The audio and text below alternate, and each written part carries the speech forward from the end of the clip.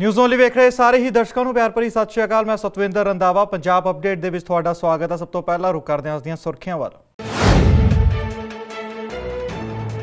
ਸਿਮਰਜੀਤ ਸਿੰਘ ਬੈਂਸ ਨੇ ਸ਼ਰਾਬ ਦੀ home delivery ਤੇ ਦਿੱਤਾ ਬਿਆਨ, ਕਿਹਾ ਚਿੱਟਾ ਵੇਚਣ ਵਾਲੇ ਨੂੰ ਇਸ ਦੌਰਾਨ ਮਿਲ ਜਾਵੇਗੀ ਸ਼ਹਿ।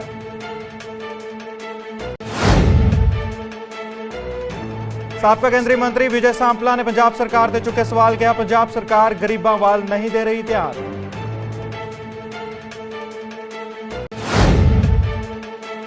ਭਾਰਤੀ ਹਵਾਈ ਫੌਜ ਦਾ ਲੜਾਕੂ ਜਹਾਜ਼ ਹੋਇਆ ਹਾਦਸਾਗ੍ਰਸਤ, ਕਿਸੇ ਵੀ ਤਰ੍ਹਾਂ ਦੇ ਜਾਨੀ ਨੁਕਸਾਨ ਤੋਂ ਹੋਇਆ ਬਚਾਅ।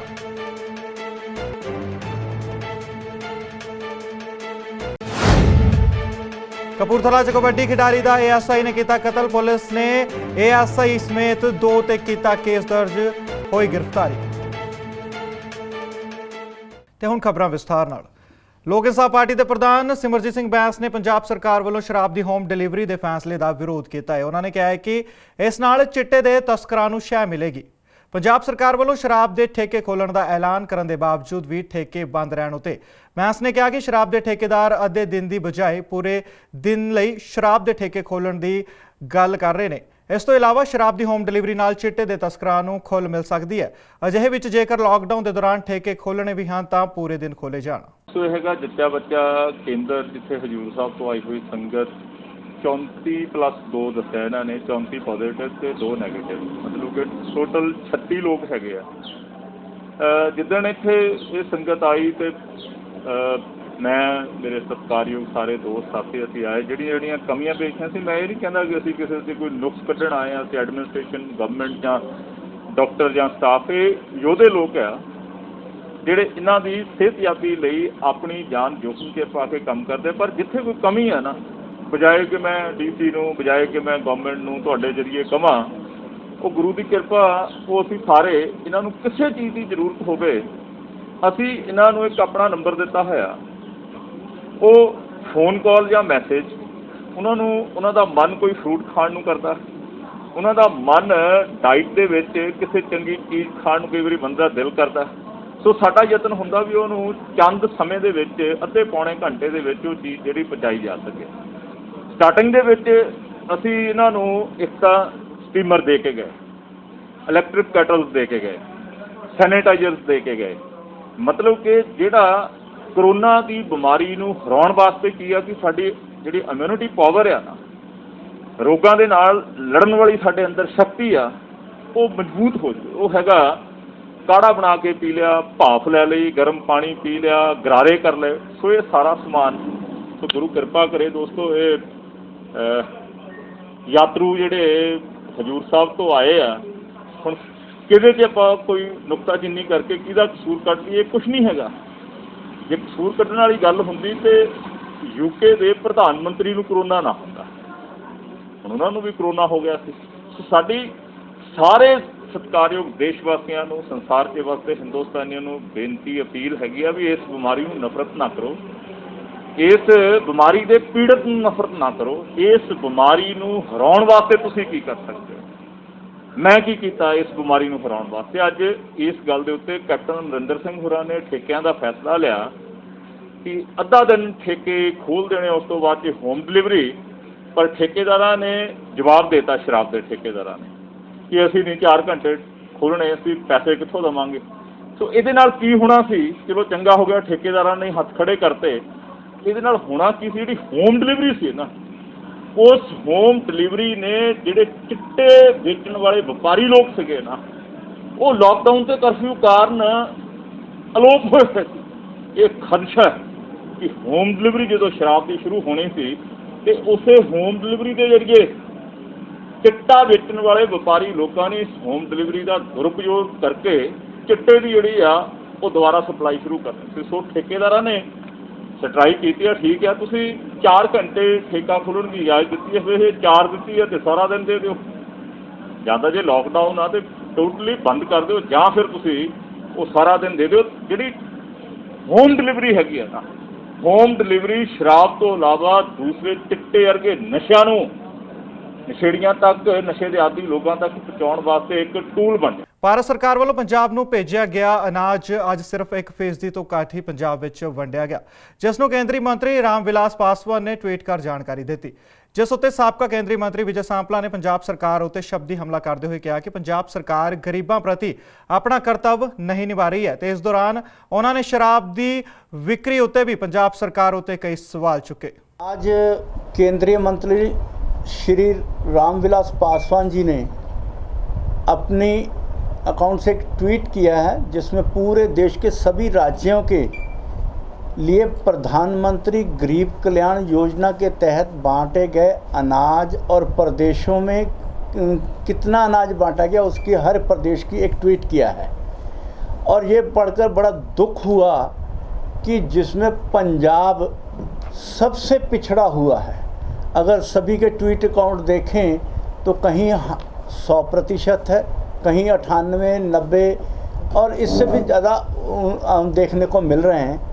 और पंजाब सरकार का जो वितरण का है वो 1% से भी कम है, क्योंकि 7,725 मीट्रिक टन अभी तक अनाज जो है वो आया है पंजाब को, जिसमें प्रति व्यक्ति 5 किलो गेहूं और 1 किलो दाल प्रति महीना के हिसाब से वितरण की जानी थी। मगर पंजाब सरकार ने अभी तक 1688 टन ही इसमें से वितरण किया है, जो मात्र 1% से भी कम है। और जो 1% वितरण किया भी गया है उसमें भी पक्षपात और बंदरबांट सामने दिखाई मिली है और भाई भतीजावाद उसमें भी देखने को मिला है, अपने चहेतों को दिया गया है। और जबकि सरकारी ऑफिसरों के माध्यम से, अधिकारियों के माध्यम से ना वितरण करके अपनी राजनीतिक रोटियां सेकने के लिए राजनीतिक पार्टी, अपनी पार्टी के कार्यकर्ताओं द्वारा ये वितरण कर इसका भी राजनीतिकरण किया गया है, जो निंदनीय है। और पंजाब सरकार जो काम करना चाहिए था वो तो नहीं किया, गरीब की जो ज़रूरत थी उसको पूरा नहीं किया। मगर पंजाब सरकार की या कैप्टन साहब की अपनी ज़रूरत कह लें कि उनको अपनी ज़रूरत पूरी करने के लिए शराब की बिक्री और शराब का घर घर तक वितरण करने का भी व्यवस्था कर दी, और गेहूं जो गरीब की ज़रूरत है उसकी वितरण की चिंता नहीं की।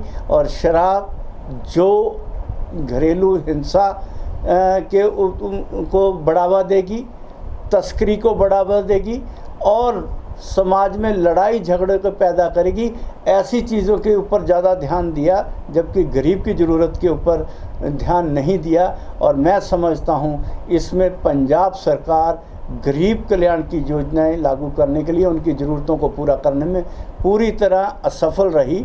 सिर्फ मात्र अपनी ज़रूरत पूरी करने के लिए उन्होंने ज़्यादा ध्यान दिया, जो निंदनीय है। ਸਾਬਕਾ ਕੇਂਦਰੀ ਮੰਤਰੀ ਵਿਜੇ ਸਾਂਪਲਾ ਦੇ ਬੇਟੇ ਸਾਹਿਲ ਸਾਂਪਲਾ ਵੱਲੋਂ ਪ੍ਰਬੰਧਕੀ ਕੰਪਲੈਕਸ ਕਪੂਰਥਲਾ ਐਸਐਸਪੀ ਦਫ਼ਤਰ ਪਹੁੰਚਣ ਉੱਤੇ ਮੀਡੀਆ ਨੂੰ ਜਾਣਕਾਰੀ ਦਿੰਦੇ ਹੋਏ ਕਿਹਾ ਕਿ ਐਲਪੀਯੂ ਨੇ ਪ੍ਰਦੇਸ਼ ਸਰਕਾਰ ਨੂੰ ਕੈਂਪਸ ਵਿੱਚ ਰਹਿਣ ਵਾਲੇ ਵਿਦਿਆਰਥੀਆਂ ਦੀ ਗਿਣਤੀ ਦੇ ਬਾਰੇ ਵਿੱਚ ਗਲਤ ਜਾਣਕਾਰੀ ਦਿੱਤੀ ਹੈ। ਇਸ ਸੰਬੰਧ ਵਿੱਚ ਸਾਹਿਲ ਸਾਂਪਲਾ ਨੇ ਹਾਈ ਕੋਰਟ ਵਿੱਚ 24 ਅਪ੍ਰੈਲ ਨੂੰ ਇੱਕ PIL ਦਰਜ ਕੀਤੀ ਸੀ, ਜਿਸ ਵਿੱਚ ਦੱਸਿਆ ਸੀ ਕਿ ਯੂਨੀਵਰਸਿਟੀ ਦਾ ਕਹਿਣਾ ਸੀ ਕਿ ਕੈਂਪਸ ਵਿੱਚ ਸਿਰਫ 300 ਦੇ ਕਰੀਬ ਵਿਦਿਆਰਥੀ ਰਹਿ ਰਹੇ ਨੇ, ਜਦੋਂ ਕਿ SDM ਦੇ ਜਾਂਚ ਵਿੱਚ ਤਿਆਰ ਕੀਤੀ ਗਈ ਰਿਪੋਰਟ ਵਿੱਚ ਵਿਦਿਆਰਥੀਆਂ ਦੀ ਗਿਣਤੀ 2421 ਅਤੇ ਸਟਾਫ ਦੇ ਮਿਲਾ ਕੇ 3000 ਤੋਂ ਵੱਧ ਨਿਕਲੀ। ਅੱਜ ਮਾਨਯੋਗ ਪੁਲਿਸ ਵਿਭਾਗ ਵੱਲੋਂ ਮੈਨੂੰ SSP ਆਫਿਸ ਕਪੂਰਥਲਾ ਸੱਦਿਆ ਗਿਆ ਸੀ। ਮੈਨੂੰ ਈਮੇਲ ਦੇ ਥਰਾਈ ਜਿਹੜਾ ਸੰਦੇਸ਼ ਭੇਜਿਆ ਸੀ ਉਹਨੇ ਇੱਥੇ ਆਉਣ ਦਾ, ਕਿਉਂਕਿ ਤੁਹਾਨੂੰ ਯਾਦ ਹੋਵੇ ਕਿ ਮੈਂ ਲਵਲੀ ਪ੍ਰੋਫੈਸ਼ਨਲ ਯੂਨੀਵਰਸਿਟੀ ਦੇ ਖਿਲਾਫ ਇੱਕ ਕੰਪਲੇਂਟ ਪਾਈ ਸੀ ਮਾਨਯੋਗ ਹਾਈ ਕੋਰਟ ਦੇ ਆਦੇਸ਼ਾਂ ਦੇ ਅਨੁਸਾਰ, ਕਿਉਂਕਿ ਜੇ ਉਹਨੇ ਮੈਨੂੰ ਕਿਹਾ ਸੀ ਕਿ ਤੁਸੀਂ ਲੋਕਲ ਅਥਾਰਟੀ ਦੇ ਸਾਹਮਣੇ ਆਪਣਾ ਜਿਹੜਾ ਵੀ ਮਸਲਾ ਹੈ ਇਹਨੂੰ ਰੱਖਿਆ ਜਾਵੇ। ਤਾਂ ਮੈਂ ਕੰਪਲੇਂਟ ਦਿੱਤੀ ਸੀ, ਤਾਂ ਅੱਜ ਉਸ ਕੰਪਲੇਂਟ ਦੇ ਸੰਬੰਧ 'ਚ ਮੈਨੂੰ ਸੱਦਿਆ ਗਿਆ, ਮੇਰਾ ਬਿਆਨ ਨੋਟ ਕੀਤਾ ਗਿਆ ਔਰ ਜੋ ਵੀ ਲੋੜਵੰਦ ਦੇ ਡਾਕੂਮੈਂਟ ਸੀਗੇ, ਜੋ ਦਸਤਾਵੇਜ਼ ਸੀਗੇ, ਉਹ ਮੈਂ ਮਾਨਯੋਗ ਪੁਲਿਸ ਵਿਭਾਗ ਦੇ ਜਿਹੜੇ ਆਦੇਸ਼ਾਂ ਅਨੁਸਾਰ ਉਹਨਾਂ ਨੂੰ ਮੈਂ ਦੇ ਦਿੱਤੇ ਆ। ਔਰ ਮੈਂ ਕੋਸ਼ਿਸ਼ ਕਰਦਾ ਕਿ ਜਲਦ ਤੋਂ ਜਲਦ ਪੁਲਿਸ ਵਿਭਾਗ ਇੱਥੇ ਕਾਰਵਾਈ ਕਰੇਗੀ। ਉਸ ਜਿਹੜੇ ਮੈਂ ਦਸਤਾਵੇਜ਼ ਦਿੱਤੇ ਉਹਦੇ ਵਿੱਚ ਮੈਂ SDM ਫਗਵਾੜਾ ਦੀ ਰਿਪੋਰਟ, ਡਿਪਾਰਟਮੈਂਟ ਹਾਇਰ ਐਜੂਕੇਸ਼ਨ ਦਾ ਨੋਟਿਸ, ਹਾਈ ਕੋਰਟ ਮਾਨਯੋਗ ਹਾਈ ਕੋਰਟ ਦੇ ਆਰਡਰਾਂ ਦੀ ਕਾਪੀ ਤੇ ਨਾਲ ਦੀ ਨਾਲ SSP ਸਾਹਿਬ ਜੀ ਨੂੰ ਕੰਪਲੇਂਟ ਦਿੱਤੀ ਸੀ ਮੈਂ ਈਮੇਲ ਥਰੂ, ਉਹਦੀ ਕਾਪੀ ਮੈਂ ਦਿੱਤੀ ਹੈ। ਸਾਹਮਣੇ ਸਾਹਿਬ ਕੀ ਤੁਹਾਡੇ ਆਰੋਪ ਨੇ LPU ਦੇ ਉੱਪਰ? ਮੇਰਾ ਜਿਹੜਾ ਕੰਪਲੇਂਟ ਦਿੱਤੀ ਸੀ ਮੈਂ ਲਵਲੀ ਯੂਨੀਵਰਸਿਟੀ ਦੇ ਖਿਲਾਫ, ਉਹਦੇ ਵਿੱਚ ਮੈਂ SSP ਸਾਹਿਬ ਨੂੰ ਲਿਖਿਆ ਸੀ, ਜਿਸ ਤੋਂ ਮੈਂ ਹਾਈ ਕੋਰਟ ਵੀ ਗਿਆ ਸੀ ਕਿ SDM ਸਾਹਿਬ ਫਗਵਾੜਾ ਨੇ ਰਿਪੋਰਟ ਦਿੱਤੀ ਸੀ ਜੋ ਕਰੋਨਾ ਪੋਜ਼ੀਟਿਵ ਕੁੜੀ ਹੈ ਯੂਨੀਵਰਸਿਟੀ, ਜਿਸ 'ਚ ਤੁਸੀਂ ਕਿਹਾ ਸੀ ਕਿ 300 ਦਾ ਦੱਸਿਆ ਗਿਆ ਯੂਨੀਵਰਸਿਟੀ ਵੱਲੋਂ, ਮਗਰ ਰਿਪੋਰਟ ਦੇ ਵਿੱਚ ਫਗਵਾੜਾ ਜਿਹੜੇ SDM ਫਗਵਾੜਾ ਨੇ ਕਿਹਾ ਕਿ ਯੂਨੀਵਰਸਿਟੀ ਜਾ ਕੇ ਦੇਖਿਆ ਗਿਆ ਤਾਂ 2400 ਤੋਂ ਵੱਧ ਜਿਹੜੇ ਸਟੂਡੈਂਟ ਔਰ ਸਟਾਫ ਨੂੰ ਮਿਲਾ ਕੇ 31-3200 ਦੇ ਦਰਮਿਆਨ ਅੰਦਰ ਲੋਕ ਨਿਕਲੇ। ਔਰ ਨਾਲ ਦੀ ਨਾਲ ਜਿਹੜਾ ਡਿਪਾਰਟਮੈਂਟ ਹਾਇਰ ਐਜੂਕੇਸ਼ਨ ਨੇ ਸ਼ੋਕੋਸ ਨੋਟਿਸ ਦਿੱਤਾ ਸੀ ਕਿ ਤੁਸੀਂ ਕਾਨੂੰਨ ਦੀ ਜੋ ਉਲੰਘਣਾ ਕੀਤੀ ਹੈ ਸੋ ਕਿਰਪਾ ਕਰਕੇ ਦੱਸਿਆ ਜਾਵੇ, ਤੁਹਾਡੀ NOC ਕਿਉਂ ਨਾ ਰੱਦ ਕੀਤੀ ਜਾਵੇ।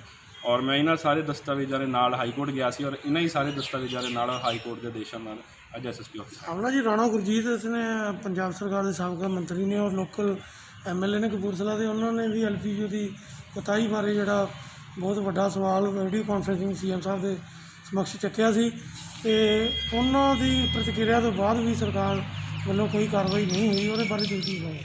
देखो जी, मैंने पता लगा क्योंकि मैं कपूरथला आया मीडिया साथी तो भी और मीडिया थ्रू पता लगा कि राणा गुरजीत जी ने भी ये मसला चुक्या। देखो कोई भी एक जोड़ा जनप्रतिनिधि होंदा, चाहे वो सरपंच है, कौंसलर है, MLA है या MP है, वो बड़िया ही लोगों दी समस्यावां चक्कण लई हुंदा। ते जे राणा गुरजीत जी ने कोई समस्या चक्की है तो उन्होंने भी महसूस होया होगा कि जनहित दे विच जिहड़ी है गल चक्कण दी लोड़ है तां ही चक्की होगी। मगर मैनूं नाल दी नाल खेद भी है कि काफ़ी बार चक्कन तो बाद भी पंजाब सरकार की अजे तक मैं कह सकदा कंन ते जूं नहीं सकी। Sir local MLA Rana Gurjeet Punjab ਸਰਕਾਰ ਦੇ ਬਹੁਤ ਹੀ ਕਰੀਬੀ MLA ਔਰ CM ਸਾਹਿਬ ਦੇ ਬਹੁਤ ਕਰੀਬੀ ਨੇ ਤੇ ਤੁਹਾਡੇ ਪਿਤਾ ਜੀ ਵੀ ਮਾਨਯੋਗ ਵਿਜੇ ਸੰਪਲਾ ਜੀ ਕੇਂਦਰ ਸਰਕਾਰ ਦੇ ਵਿੱਚ ਮੰਤਰੀ ਰਹੇ ਨੇ ਔਰ ਦਿੱਲੀ ਦੇ ਵਿੱਚ ਸਰਕਾਰ ਜਿਹੜੀ ਕੇਂਦਰ ਸਰਕਾਰ ਆ ਉਹਦੇ ਸਮਕਸ਼ ਵੀ ਇਹ ਸਾਰਾ ਮਾਮਲਾ ਉੱਥੇ ਗਿਆ। ਕੀ ਤੁਸੀਂ ਇੱਦਾਂ ਦੀ ਮਜਬੂਰੀ ਹੋ ਗਈ ਕਿ ਤੁਹਾਨੂੰ ਹਾਈ ਕੋਰਟ ਦੇ ਵਿੱਚ ਇਸ ਮਾਮਲੇ ਨਾਲ ਮੈਂ ਤਾਂ ਬਹੁਤ ਜ਼ਰੂਰੀ ਚੀਜ਼ ਦੱਸ ਦਿੰਦਾ, ਸਰਕਾਰਾਂ ਜਿਹੜੀਆਂ ਆ ਉਹ ਲੋਕਾਂ ਦੀਆਂ ਹੁੰਦੀਆਂ, ਕਿਸੇ ਦੀਆਂ ਨਹੀਂ। ਸਰਕਾਰ ਪੰਜਾਬ ਸਰਕਾਰ ਔਰ ਕੇਂਦਰ ਸਰਕਾਰ ਲੋਕਾਂ ਨੇ ਬਣਾਈ ਔਰ ਲੋਕਾਂ ਦੀ ਹੈ। ਕਿਉਂਕਿ ਮੈਂ ਅੱਜ ਕਿਸੇ ਸਰਕਾਰ ਦੇ ਨੁਮਾਇੰਦੇ ਦੇ ਤੌਰ 'ਤੇ ਤਾਂ ਆਇਆ ਨਹੀਂ, ਮੈਂ ਤਾਂ ਇੱਕ ਆਮ ਜਨਪ੍ਰਤੀ ਜਿਹੜਾ ਪਬਲਿਕ ਇੰਟਰਸਟ ਲਿਟੀਗੇਸ਼ਨ ਪਾਇਆ ਸੀ, ਮੈਂ ਉਸ ਤੋਂ ਬਾਅਦ ਆਇਆ। ਮਗਰ ਮੈਂ ਇੱਕ ਚੀਜ਼ ਜ਼ਰੂਰੀ ਦੱਸ ਦੇਣਾ ਚਾਹੀਦਾ ਹਾਂ ਕਿ ਸਟੇਟ ਗੌਰਮੈਂਟ ਦੇ ਵਿੱਚ ਲੋਕਲ ਲਾਅ ਐਂਡ ਆਰਡਰ ਨੂੰ ਮੇਨਟੇਨ ਕਰਨ ਦੀ ਜਿਹੜੀ ਜ਼ਿੰਮੇਵਾਰੀ ਹੈ ਉਹ ਸਟੇਟ ਗੌਰਮੈਂਟ ਦੀ ਹੁੰਦੀ ਹੈ। ਔਰ ਮੈਨੂੰ ਇਹ ਖੇਦ ਹੋ ਰਿਹਾ ਬਾਰ-ਬਾਰ ਕਹਿ ਕੇ ਕਿ ਸਟੇਟ ਗੌਰਮੈਂਟ ਆਪਣਾ ਲਾਅ ਐਂਡ ਆਰਡਰ ਮੇਨਟੇਨ ਕਰਨ ਦੇ ਵਿੱਚ ਫੇਲ ਹੋਈ ਹੈ ਔਰ ਲਵਲੀ ਯੂਨੀਵਰਸਿਟੀ ਉਹਦਾ ਬਹੁਤ ਵੱਡਾ ਐਗਜ਼ਾਮਪਲ ਹੈ। ਸਾਨੂੰ ਥਰੂ ਮੇਲ ਸਾਨੂੰ ਮਸੂਲ ਹੋਈ ਸੀ। ਇਸ ਸੰਬੰਧ ਅੱਜ ਉਹਨਾਂ ਨੇ ਆਪਣੇ ਬਿਆਨ ਕਲਮ ਕਰਾਏ ਨੇ, ਡਾਕੂਮੈਂਟ ਦਿੱਤੇ ਨੇ, ਅੱਗੇ ਵੈਰੀਫਾਈ ਕਰਾਂਗੇ, ਜੋ ਵੀ ਹੋਏਗਾ ਲੀਗਲੀ ਸਰਚ ਕੀਤਾ ਜਾਏਗਾ। कोरोना महामारी दौरान इस समय पंजाब विच खूब सियासत हो रही है। अकाली दल का इल्जाम है कि पंजाब सरकार गरीबां नूं राशन देण दे वड्डे दावे कर रही है, पर जमीनी हकीकत कुछ होर है। अकाली दल इस समय गरीबां नूं घर घर राशन पहुंचाउण लई लग्या होया है ਤੇ ਉਹਨਾਂ ਦਾ ਕਹਿਣਾ ਹੈ ਕਿ ਅੰਮ੍ਰਿਤਸਰ ਦੱਖਣੀ ਦਾ ਕਾਂਗਰਸੀ ਵਿਧਾਇਕ ਇੰਦਰਬੀਰ ਸਿੰਘ ਘਰ ਵਿੱਚ ਬੈਠਾ ਹੈ ਜਦੋਂ ਕਿ ਉਸ ਦੇ ਇਲਾਕੇ ਦੇ ਗਰੀਬ ਲੋਕ ਭੁੱਖੇ ਮਰ ਰਹੇ ਨੇ। ਜ਼ਿਕਰ ਹੋ ਗਿਆ ਕਿ ਇਸ ਇਲਾਕੇ ਵਿੱਚ ਪਦਮ ਸ਼੍ਰੀ ਭਾਈ ਨਿਰਮਲ ਸਿੰਘ ਖਾਲਸਾ ਦੀ ਮੌਤ ਕਰੋਨਾ ਤੋਂ ਹੋਈ ਸੀ ਅਤੇ ਉਸ ਦੇ ਬਾਅਦ ਇਲਾਕੇ ਦੀ ਸਕਰੀਨਿੰਗ ਵੀ ਕੀਤੀ ਗਈ ਸੀ। ਪਰ ਅਕਾਲੀ ਦਲ ਦਾ ਇਲਜ਼ਾਮ ਹੈ ਕਿ ਸਕਰੀਨਿੰਗ ਦਾ ਸਿਰਫ ਡਰਾਮਾ ਹੀ ਕੀਤਾ ਗਿਆ ਸੀ, ਨਾ ਤਾਂ ਕਿਸੇ ਦੀ ਠੀਕ ਢੰਗ ਤੋਂ ਸਕਰੀਨਿੰਗ ਹੋਈ ਹੈ, ਨਾ ਹੀ ਇਲਾਕੇ ਨੂੰ ਸੈਨੀਟਾਈਜ਼ ਕੀਤਾ ਗਿਆ ਹੈ। ਸੈਨੀਟਾਈਜ਼ਰ ਨਾ ਤੇ ਜੀ ਹਲਕਾ ਦੱਖਣੀ ਦੀ ਜਿਹੜੀ ਸੰਗਤ ਹੈ ਇਸ ਵੇਲੇ ਬਿਲਕੁਲ ਹੀ ਲਵਾਰਿਸ ਹੋਈ ਪਈ ਆ। ਹਲਕਾ ਵਿਧਾਇਕ ਤੇ ਪਿਛਲੇ 1.5 ਮਹੀਨੇ ਤੋਂ ਆਪਣੇ ਘਰੋਂ ਨਹੀਂ ਨਿਕਲਿਆ ਤੇ ਨਾ ਹੀ ਸੰਗਤ ਨੂੰ ਕਿਤੇ ਰਾਸ਼ਨ ਮੁਹੱਈਆ ਕਰਾ ਰਿਹਾ, ਨਾ ਕਿਤੇ ਗਲੀਆਂ 'ਚ ਕੋਈ ਸੈਨੀਟਾਈਜ਼ਿੰਗ ਆ, ਕੁਛ ਵੀ ਕਿਸੇ ਨਾਂ ਦੀ ਸਰਕਾਰੀ ਸਹੂਲਤ ਨਾਂ ਦੀ ਕੋਈ ਚੀਜ਼ ਨਹੀਂ ਹੈਗੀ ਇੱਥੇ। ਜੇ ਗਿਣਿਆ ਜਾਵੇ ਸਰਦਾਰ ਤਲਵੀਰ ਸਿੰਘ ਗਿੱਲ ਨੇ ਲੋਕਾਂ ਦੇ ਘਰ ਘਰ ਰਾਸ਼ਨ ਪਹੁੰਚਾਇਆ ਤੇ ਸਾਰੀ ਸੰਗਤ ਨੂੰ ਜਿੰਨਾ ਵੀ ਆ ਸੈਨੀਟਾਈਜ਼ਰ ਆਪਾਂ ਗਲੀਆਂ ਕਰ ਰਹੇ ਹਾਂ ਤੇ ਜੋ ਬਣਦੀ ਲੋੜੀਂਦਾ ਮਦਦ ਆ ਜਿੰਨੇ ਜੋਗੇ ਸਮਰੱਥ ਆ ਉਹ ਆਪਾਂ ਕਰ ਰਹੇ ਹਾਂ। ਪ੍ਰਸ਼ਾਸਨ ਵੱਲੋਂ ਪਹਿਲਾਂ ਵੀ ਕੋਈ ਸਪਰੇਅ ਜਾਂ ਰਾਸ਼ਨ ਵੰਡਿਆ ਗਿਆ ਤੁਹਾਡੇ ਇਲਾਕੇ 'ਚ ਜਾਂ ਅੱਜ?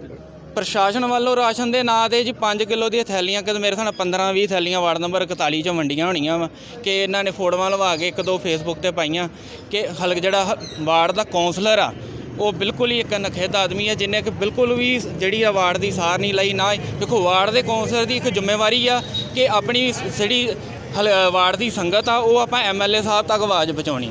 MLA ਵੀ ਸੁੱਤਾ ਵਾ ਤੇ ਵਾਰਡ ਦਾ ਕੌਂਸਲਰ ਵੀ ਸੁੱਤਾ ਵਾ, ਰਾਸ਼ਨ ਕਿ ਬਿਲਕੁਲ ਨਹੀਂ ਸੰਗਤ ਨੂੰ ਮੁਹੱਈਆ ਕਰਾ ਰਹੇ। ਆਪਾਂ ਤੁਸੀਂ ਅੱਗੇ ਚੱਲ ਕੇ ਦੇਖਿਓ ਕਿ ਲੋਕਾਂ ਦਾ ਵਿਰੋਧ ਪੰਜਾਬ ਸਰਕਾਰ ਦੇ ਖਿਲਾਫ ਕਿੰਨਾ ਵਾ। ਸਪਰੇਅ ਕਰਾਇਆ ਜਾ ਰਿਹਾ ਹੈ ਕਿ ਉਪਰਾਲਾ ਕਿਹਦੇ ਲੋਕੀ? ਇਹ ਜਿਹੜਾ ਅੱਜ ਦਾ ਸਪਰੇਅ ਆ ਸਰਦਾਰ ਤਲਵੀਰ ਸਿੰਘ ਗਿੱਲ ਇੰਚਾਰਜ ਹਲਕਾ ਦੱਖਣੀ ਸ਼੍ਰੋਮਣੀ ਅਕਾਲੀ ਦਲ ਤੋਂ, ਉਹਨਾਂ ਵੱਲੋਂ ਸਪਰੇਅ ਕਰਾਇਆ ਜਾ ਰਿਹਾ ਵਾ। ਇਹ ਲੱਗਦਾ ਕਿ ਇਸ ਟਾਈਮ ਤੇ ਰਾਜਨੀਤੀ ਨਹੀਂ ਹੋਣੀ ਚਾਹੀਦੀ ਕੋਈ?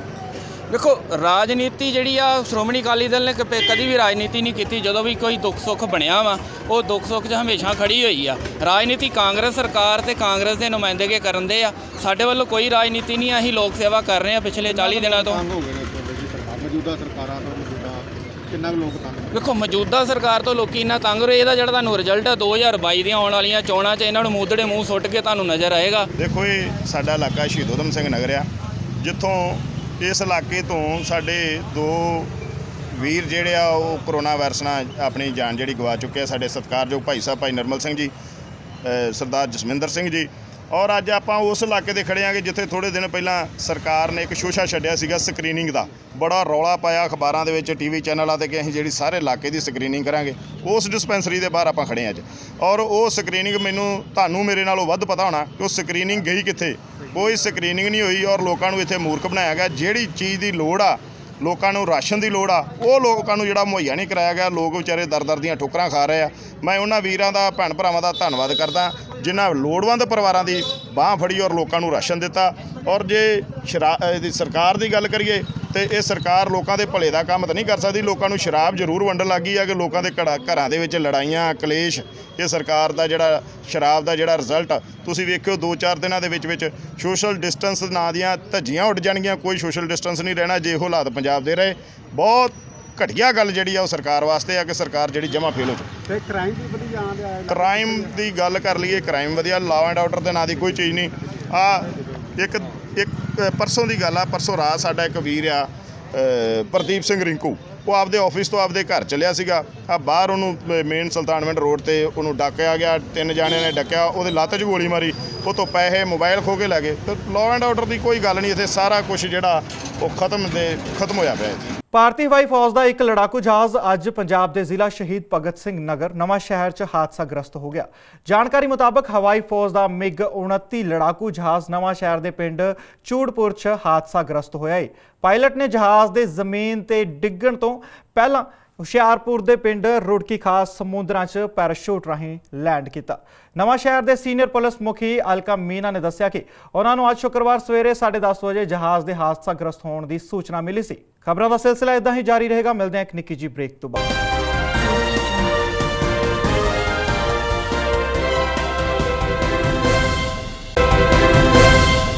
ਕਪੂਰਥਲਾ 'ਚ ਇੱਕ ASI ਵੱਲੋਂ ਕਬੱਡੀ ਖਿਡਾਰੀ ਦਾ ਕਤਲ ਕਰਨ ਦਾ ਮਾਮਲਾ ਸਾਹਮਣੇ ਆਇਆ ਹੈ। ਆਪਣੀ ਲਾਇਸੈਂਸੀ ਰਿਵਾਲਵਰ ਨਾਲ ASI ਨੇ ਗੋਲੀ ਮਾਰ ਕੇ ਕਬੱਡੀ ਖਿਡਾਰੀ ਦਾ ਕਤਲ ਕਰ ਦਿੱਤਾ। ਫਿਲਹਾਲ ਪੁਲਿਸ ਵੱਲੋਂ ASI ਸਮੇਤ 2 ਹੋਰ ਲੋਕਾਂ ਤੇ ਮਾਮਲਾ ਦਰਜ ਕਰਕੇ ਅਗਲੇਰੀ ਕਾਰਵਾਈ ਕੀਤੀ ਜਾ ਰਹੀ ਹੈ। ਵਿਸ਼ਵ ਭਰ ਦੇ ਵਿੱਚ ਜਿੱਥੇ ਕਰੋਨਾ ਵਾਇਰਸ ਲਗਾਤਾਰ ਫੈਲਦਾ ਹੀ ਜਾ ਰਿਹਾ ਤੇ ਉਸ ਦਾ ਪ੍ਰਕੋਪ ਥੰਮਣ ਦਾ ਨਾਂ ਨਹੀਂ ਲੈ ਰਿਹਾ ਤੇ ਪੁਲਿਸ ਪ੍ਰਸ਼ਾਸਨ ਵੀ ਫਰੰਟ ਲਾਈਨ ਉੱਤੇ ਆ ਕੇ ਆਪਣੀਆਂ ਡਿਊਟੀਆਂ ਬਾਖੂਬੀ ਨਿਭਾ ਰਹੀ ਹੈ। ਇਸ ਵਿਚਕਾਰ ਇੱਕ ਅਜਿਹੀ ਖਬਰ ਸਾਹਮਣੇ ਆਉਂਦੀ ਹੈ ਜੋ ਕਿ ਪੁਲਿਸ ਪ੍ਰਸ਼ਾਸਨ ਤੇ ਪੁਲਿਸ ਮੁਲਾਜ਼ਮਾਂ ਨੂੰ ਸਵਾਲਾਂ ਦੇ ਘੇਰੇ ਵਿੱਚ ਖੜਾ ਕਰਦੀ ਹੈ। ਜੀ ਹਾਂ, ਥਾਣਾ ਸੁਬਾਨਪੁਰ ਅਧੀਨ ਪੈਂਦੇ ਪਿੰਡ ਲਖਨਕਾ ਪੱਡਾ 'ਚ ਵੀਰਵਾਰ ਰਾਤ ਕਰੀਬ 10 ਵਜੇ ASI ਨੇ ਕਬੱਡੀ ਖਿਡਾਰੀ ਦੀ ਗੋਲੀ ਮਾਰ ਕੇ ਹੱਤਿਆ ਕਰ ਦਿੱਤੀ। ਇਸ ਵਾਰਦਾਤ ਵਿੱਚ ਇੱਕ ਹੋਰ ਕਬੱਡੀ ਖਿਡਾਰੀ ਜ਼ਖਮੀ ਹੋਇਆ ਹੈ, ਜਿਸ ਨੂੰ ਜਲੰਧਰ ਦੇ ਨਿੱਜੀ ਹਸਪਤਾਲ ਵਿੱਚ ਦਾਖਲ ਕਰਵਾਇਆ ਗਿਆ ਹੈ। ਆਰੋਪੀ ASI ਥਾਣਾ ਢਿਲਮਾ ਵਿੱਚ ਤੈਨਾਤ ਹੈ। ਪੁਲਿਸ ਨੇ ASI ਪਰਮਜੀਤ ਸਿੰਘ ਸਮੇਤ 2 ਹੋਰ ਤੇ ਕਤਲ ਦਾ ਕੇਸ ਦਰਜ ਕਰਕੇ ਅਗਲੇਰੀ ਕਾਰਵਾਈ ਸ਼ੁਰੂ ਕਰ ਦਿੱਤੀ ਹੈ। ਐਕਚੁਅਲੀ ਨਾ ਸਾਡੇ ASI ਪਰਮਜੀਤ ਸਿੰਘ ਨੇ ਢਿਲਮਾ ਪੋਸਟਿੰਗ ਨੇ, ਉਹ ਆਪਣੇ ਇੱਕ ਸਾਥੀ ਨੂੰ, ਇਹਨਾਂ ਦੇ ਪਿੰਡ ਦਾ ਹੀ ਆ ਮੰਗੂ, ਉਸ ਨੂੰ ਪਿੰਡ ਛੱਡਣ ਵਾਸਤੇ ਜਾ ਰਿਹਾ ਸੀ ਜਿਹੜਾ ਪਤਾ ਲੱਗਾ। ਤੇ ਉਹ ਰਸਤੇ ਵਿੱਚ ਗੱਡੀ ਉਹਨਾਂ ਨੇ ਖੜੀ ਕੀਤੀ। ਇਹ ਜਿਹੜੇ ਸੀਗੇ ਮ੍ਰਿਤਕ ਤੇ ਇਸ ਦੇ ਸਾਥੀ, ਇਹ ਐਂਡੇਵਰ ਗੱਡੀ ਦੇ ਵਿੱਚ ਪਿੰਡ ਵੱਲ ਨੂੰ ਜਾ ਰਹੇ ਸੀ। ਜਦੋਂ ਇਹਨਾਂ ਨੇ ਉਹ ਗੱਡੀ ਦੇਖੀ, ਉਹਦੇ ਪਿਛਲੇ ਸ਼ੀਸ਼ਿਆਂ ਦੇ ਉੱਪਰ ਕੁਝ ਪਰਦੇ ਲੱਗੇ ਹੋਏ ਸੀ। ਇਹਨਾਂ ਨੇ ਉਸ ਨੂੰ ਸ਼ੱਕ ਦੀ ਨਿਗਾਹ ਨਾਲ ਦੇਖਿਆ ਤੇ ਉਸ ਨੂੰ ਚੈੱਕ ਕਰਨਾ ਚਾਹਿਆ ਹਾਲਾਤਾਂ ਦੇ ਮੁਤਾਬਕ, ਪਰੰਤੂ ਉਹ ਜਦੋਂ ਉਸਨੇ ਗੱਡੀ ਤੋਰ ਲਈ, ਉਹਨਾਂ ਨੇ ਅੱਗੇ ਤੋਰ ਲਈ। ਜਦੋਂ ਅੱਗੇ ਗੱਡੀ ਗਈ ਤੇ ਇਹਨਾਂ ਨੇ ਪਿੱਛੇ ਤੇਜ਼ ਕਰ ਲਈ, ਉਹਨਾਂ ਵੀ ਤੇਜ਼ ਕਰ ਲਈ। ਫਿਰ ਇਹਨਾਂ ਨੇ ਜਦੋਂ ਗੱਡੀ ਘੇਰੀ, ਉਹਦੇ ਦਿਮਾਗ 'ਚ ਜਿਹੜਾ ਕਹਿੰਦੇ ਉਹਦੇ ਕੋਈ, ਉਹਨੂੰ ਡਰ ਮਹਿਸੂਸ ਹੋਇਆ ਵੀ ਕੋਈ ਬੰਦੇ ਪਿੱਛੇ ਉਹਦੇ ਆ ਰਹੇ ਨੇ ਤੇ ਉਹਦਾ ਲਾਇਸੈਂਸੀ ਰਿਵਾਲਵਰ ਸੀਗਾ ਤੇ ਉਹਨੇ ਉਹਦੇ ਨਾਲ ਫਾਇਰ ਕਰਤੇ ਇਹਨਾਂ ਦੇ ਉੱਤੇ। ਇਹ 2 ਜਣੇ ਉਤਰੇ ਜੀ, ਅਰਵਿੰਦਰ ਤੇ ਪ੍ਰਦੀਪ ਵਿੱਚੋਂ ਗੱਡੀ, ਇਹਨਾਂ ਦੇ ਦੋਨਾਂ ਦੇ ਫਾਇਰ ਲੱਗੇ ਜੀ ਉਹਨੇ ਲਾਇਸੈਂਸੀ ਰਿਵਾਲਵਰ ਦੇ, ਜਿਸ ਨਾਲ ਜਿਹੜਾ ਅਰਵਿੰਦਰਜੀਤ, ਉਸ ਦੀ ਰਾਤ ਹੀ ਡੈਥ ਹੋ ਗਈ ਸੀ। ਕੈਪੀਟਲ ਹਸਪੀਟਲ ਪੁੱਜ ਕੇ ਅਸੀਂ ਪ੍ਰਦੀਪ ਦਾ ਬਿਆਨ ਹਾਸਲ ਕੀਤਾ ਤੇ ASI ਪਰਮਜੀਤ ਸਿੰਘ ਜਿਹੜੇ ਢਿਲਵਾਂ ਤੈਨਾਤ ਨੇ, ਉਹਨਾਂ ਤੇ ਉਸਦਾ ਇੱਕ ਸਾਥੀ ਜਿਹੜਾ ਮੰਗੂ ਜੀ, ਉਹਨਾਂ ਦੋਨਾਂ ਤੇ ਮੁਕੱਦਮਾ ਦਰਜ ਕਰ ਦਿੱਤਾ ਤੇ ਉਹਨਾਂ ਨੂੰ ਅਰੈਸਟ ਕਰ ਲਿਆ ਵਾ ਅੱਜ ਤੜਕਸਾਰ। ਅਰੈਸਟ ਹੋ ਚੁੱਕੇ ਆ ਹਾਂਜੀ ਤੇ ਜਿੱਦਾਂ ਦੋਨੇ ਤੁਸੀਂ ਦੱਸਿਆ ਜੀ ਇਹ ਲੋਕ ਦੱਸ ਰਹੇ ਸੀਗੇ ਕਿ ਕੁਛ ਉਹਨਾਂ ਨੂੰ ਸ਼ੱਕ ਸੀਗੀ ਕੋਈ ਨਸ਼ਾ ਤਸਕਰੀ ਕਰਦੇ ਹੋ ਸਕਦੇ ਆ ਤੇ ਇਹੋ ਜਿਹਾ ਕੋਈ ਗੱਡੀ ਜਾਂ ਕੁਛ ਇਹੋ ਜਿਹਾ ਕੁਛ ਬਰਾਮਦ ਕੀਤੀ? ਨਹੀਂ, ਇਸ ਬਾਰੇ ਨਹੀਂ ਕੋਈ ਵੀ ਅਜੇ ਗੱਲ ਸਾਹਮਣੇ ਆਈ। ਜੇ ਹੋਈ ਤੇ ਉਸ ਦੇ ਮੁਤਾਬਕ ਵੀ ਕਾਰਵਾਈ ਕੀਤੀ ਜਾਵੇ। ਤੇ ਕੀ ਆਪਾਂ ਮੰਨ ਸਕਦੇ ਨੂੰ ਸੈਲਫ ਡਿਫੈਂਸ ਵਿੱਚ ਗੋਲੀ ਚੱਲੀ ਜਾਂ ਕੋਈ ਕੀ ਅਜੇ ਤਫਤੀਸ਼ ਚੱਲ ਰਹੀ ਹੈ। ਅਜੇ ਤਾਂ ਅਸੀਂ ਪੋਸਟਮਾਰਟਮ ਤੋਂ ਬਾਅਦ ਫਿਰ ਬਰੀਕੀ ਨਾਲ ਉਸ ਦਾ ਰਿਮਾਂਡ ਲਵਾਂਗੇ। ਰਿਮਾਂਡ ਲੈ ਕੇ ਉਸ ਤੋਂ ਬਰੀਕੀ ਨਾਲ ਪੁੱਛਗਿੱਛ ਕਰਾਂਗੇ। ਜੋ ਵੀ ਹਾਲਾਤ ਹੋਏ ਉਹਦੇ ਮੁਤਾਬਕ ਅਗਲੀ ਕਾਰਵਾਈ ਕਰਾਂਗੇ। ਕਬੱਡੀ ਖਿਡਾਰੀ ਪ੍ਰਦੀਪ ਸਿੰਘ ਨਿਵਾਸੀ ਪਿੰਡ ਲਖਨਕਾ ਪੱਡਾ ਨੇ ਪੁਲਿਸ ਨੂੰ ਦਿੱਤੀ ਸ਼ਿਕਾਇਤ ਵਿੱਚ ਦੱਸਿਆ ਕਿ ਉਹ ਆਪਣੇ ਸਾਥੀ ਖਿਡਾਰੀ ਅਰਵਿੰਦਰਜੀਤ ਸਿੰਘ, ਬਲਰਾਜ ਸਿੰਘ ਤੇ ਗੁਰਜੀਤ ਸਿੰਘ ਦੇ ਨਾਲ ਆਪਣੀ ਐਂਡੇਵਰ ਗੱਡੀ ਵਿੱਚ ਸਵਾਰ ਹੋ ਕੇ ਪਿੰਡ ਵੱਲ ਆ ਰਹੇ ਸਨ। ਹੁਣ ਉਹ ਪਿੰਡ ਦੇ ਅੱਡੇ ਤੋਂ ਕੁਝ ਹੀ ਦੂਰੀ ਤੇ ਸਨ ਕਿ ਉਹਨਾਂ ਨੂੰ ਇੱਕ ਕਾਲੇ ਰੰਗ ਦੀ ਗੱਡੀ ਵਿਖਾਈ ਦਿੱਤੀ। ਗੱਡੀ ਉੱਤੇ ਕਾਲੇ ਸ਼ੀਸ਼ੇ ਚੜੇ ਹੋਏ ਸਨ। ਉਹਨਾਂ ਨੂੰ ਮੌਜੂਦਾ ਹਾਲਾਤਾਂ ਕਾਰਨ ਸ਼ੱਕ ਹੋਇਆ ਤਾਂ ਉਹਨਾਂ ਨੇ ਗੱਡੀ ਦਾ ਪਿੱਛਾ ਕੀਤਾ ਤਾਂ ਚਾਲਕ ਨੇ ਗੱਡੀ ਭਜਾ ਲਈ। ਇਸ ਉੱਤੇ ਉਹਨਾਂ ਨੇ ਉਸ ਦਾ ਪਿੱਛਾ ਕਰਕੇ ਅੱਗੇ ਜਾ ਕੇ ਗੱਡੀ ਨੂੰ ਰੋਕ ਲਿਆ, ਜਿਸ ਦੇ ਬਾਅਦ ਉਸ ਦਾ ਸਾਥੀ ਅਰਵਿੰਦਰ ਸਿੰਘ ਗੱਡੀ ਤੋਂ ਨਿਕਲ ਕੇ ਕਾਰ ਦਾ ਦਰਵਾਜ਼ਾ ਖੜਕਾਉਣ ਪਹੁੰਚਿਆ ਤਾਂ ਅਚਾਨਕ ਗੱਡੀ ਅੰਦਰੋਂ ਨਿਕਲੇ ਪੁਲਿਸ ਕਰਮੀ ਪਰਮਜੀਤ ਸਿੰਘ ਨਿਵਾਸੀ ਪਿੰਡ ਬਾਮੂਵਾਲ ਜ਼ਿਲ੍ਹਾ ਕਪੂਰਥਲਾ ਨੇ ਉਹਨਾਂ ਉੱਤੇ ਤਾਬੜਤੋੜ ਫਾਇਰਿੰਗ ਸ਼ੁਰੂ ਕਰ ਦਿੱਤੀ। ਏਐਸਆਈ ਦੇ ਨਾਲ ਕਾਰ ਵਿੱਚ ਮੰਗੂ ਨਿਵਾਸੀ ਪਿੰਡ ਲਖਨਕਾ ਪੱਡਾ ਵੀ ਸਵਾਰ ਸੀ। ਫਾਇਰਿੰਗ ਵਿੱਚ ਉਹ ਅਤੇ ਉਸ ਦਾ ਦੋਸਤ ਅਰਵਿੰਦਰਜੀਤ ਗੰਭੀਰ ਰੂਪ ਤੋਂ ਜ਼ਖਮੀ ਹੋ ਗਏ, ਜਦੋਂ ਕਿ ਉਹਨਾਂ ਦੇ ਬਾਕੀ ਸਾਥੀਆਂ ਨੇ ਗੱਡੀ ਦੇ ਪਿੱਛੇ ਛੁਪ ਕੇ ਆਪਣੀ ਜਾਨ ਬਚਾਈ। ਮੌਕੇ ਉੱਤੇ ਪਹੁੰਚੇ ਪਿੰਡ ਵਾਸੀਆਂ ਨੇ ਜ਼ਖਮੀ ਨੂੰ ਹਸਪਤਾਲ ਵਿੱਚ ਭਰਤੀ ਕਰਵਾਇਆ। ਅਰਵਿੰਦਰਜੀਤ ਨੂੰ ਤੁਰੰਤ ਐਸਜੀਐਲ ਹਸਪਤਾਲ ਮੁਸਤਾਫਾਬਾਦ ਲੈ ਕੇ ਪਹੁੰਚੇ ਤਾਂ ਡਾਕਟਰਾਂ ਨੇ ਗੰਭੀਰ ਹਾਲਤ ਦੇ ਚੱਲਦੇ ਉਸ ਨੂੰ ਕਿਸੇ ਵੱਡੇ ਹਸਪਤਾਲ ਲੈ ਜਾਣ ਲਈ ਗਿਆ। ਇਸ ਤੇ ਉਹ ਤੁਰੰਤ ਉਸ ਨੂੰ ਜਲੰਧਰ ਦੇ ਨਿੱਜੀ ਹਸਪਤਾਲ ਲੈ ਗਏ, ਜਿੱਥੇ ਡਾਕਟਰਾਂ ਨੇ ਉਸ ਨੂੰ ਮ੍ਰਿਤ ਐਲਾਨ ਦਿੱਤਾ। ਮੈਂ ਸਾਬਕਾ ਸਰਪੰਚ ਸ਼ਰਨਜੀਤ ਸਿੰਘ ਲਖਨਕੇ ਪੱਡੇ। ਅੱਛਾ, ਕੀ ਘਟਨਾ ਕਿੱਦਾਂ ਹੋਈ ਜਿਹੜੀ ਮੁੰਡੇ ਦੀ ਖੜਾ ਦੀ ਡੈਥ ਹੋਈ ਹੈ? ਘਟਨਾ ਜਿਹੜਾ ਇਹਦਾ ਅਸਲੀ ਮਕਸਦ ਇਹ ਸੀਗਾ ਵੀ ਨਸ਼ਾ ਵਿਰੋਧ ਦੇ ਰੂਪ ਦੇ ਵਿੱਚ ਹੀ ਸੀਗਾ। ਲਾਕਡਾਊਨ ਦੇ ਟਾਈਮ ਦੇ ਵਿੱਚ ਪਿੰਡ ਦੇ ਵਿੱਚ ਕਾਫੀ ਲੋਕ ਨਸ਼ਾ ਵੇਚਦੇ ਆ, ਚਿੱਟਾ ਐਰਾ ਵਗੈਰਾ। ਉਹਦਾ ਕਰਕੇ ਉਦੋਂ ਦਾ ਰੁਝਾਨ ਬਣਿਆ ਸੀਗਾ ਵੀ ਬਾਹਰ ਦੀ ਗੱਡੀ ਪਿੰਡ ਦੇ ਵਿੱਚ ਐਂਟਰ ਨਹੀਂ ਹੋਣ ਦੇਣੀ।